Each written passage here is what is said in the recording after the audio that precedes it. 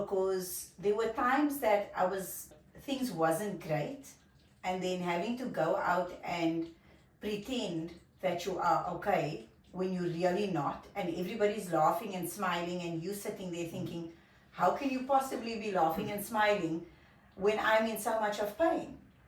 And then having to carry that fakeness along through your life. The lies that we have to tell to cover up the pain, to cover up whatever we're going through in our life. And I think I've going to be open. I think that was after I got divorced. I think after I got divorced, I realized that I hid a lot of things that was going on in my first marriage. And it made people believe that everything was fine. And then when I got divorced, people thought, oh, why? Everything seemed okay. And it was harder to then speak my truth and then say, but you guys don't know what I've been going through. Of course they wouldn't know. I was pretending. But it's something I learned to do over time. And then I realized I ended up being the bad one because I never spoke up. Because I pretended everything was okay.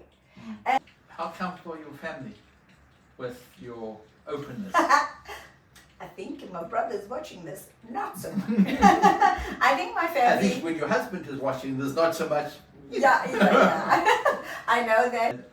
Most people tend to modify their behavior based on what they believe people are going to think when they do something. You've often said that you are you and you don't care what people think about you. Can you talk a bit about why you feel this way? Well, I don't care what people think. I don't know, to me it's very obvious. I find it strange every time you ask me this question, because you like to ask me this question, how can you not care? People are always going to think what they want to think. I don't have control over that. I have zero control over what people are going to think of me. You take, for instance, I can post a picture of me dishing up food for the poor. There's going to be someone that comes out and say, oh, you shouldn't show what you do.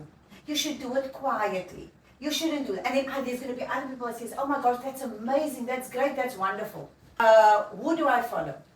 Which comment is more important than the other? Oh, so for me, I look at that and I say, people are going to think what they think. My intentions need to be clear of why I'm doing something.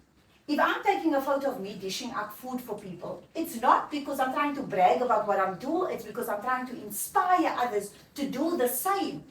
This work is needed everywhere.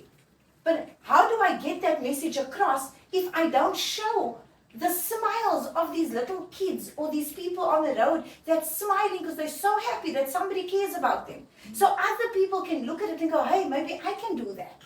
So I've learned that no matter what you think you're doing good, there's someone that's looking at it and think there's something wrong with it. So do I keep trying to please everybody, or do I just show up as me and then say what you like about it? I know my intention in what I'm doing. I know why I am doing something. And I don't need to prove it to anybody, and I don't need to do it exactly like someone else, and I don't need to be perfect in what I'm doing. So it's not that I don't care about people.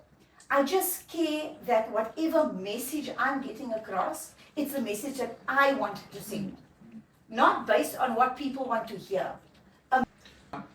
From a career point of view, you've obviously moved in and are very successful as a life coach. Mm-hmm. What started you on that journey towards understanding human behavior better? I think, in 2011, when I lost my memory, that was a big in my life. I went through a really tough time. Yes. I didn't know the kids, I didn't know you. There were some dark days and days where I think even our marriage was on the line at some points, I think, because I couldn't accept the changes that happened in you. And I feel like I woke up to a world that and it caused a lot of problems in my life.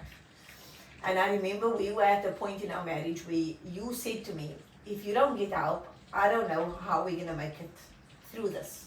You have to get help.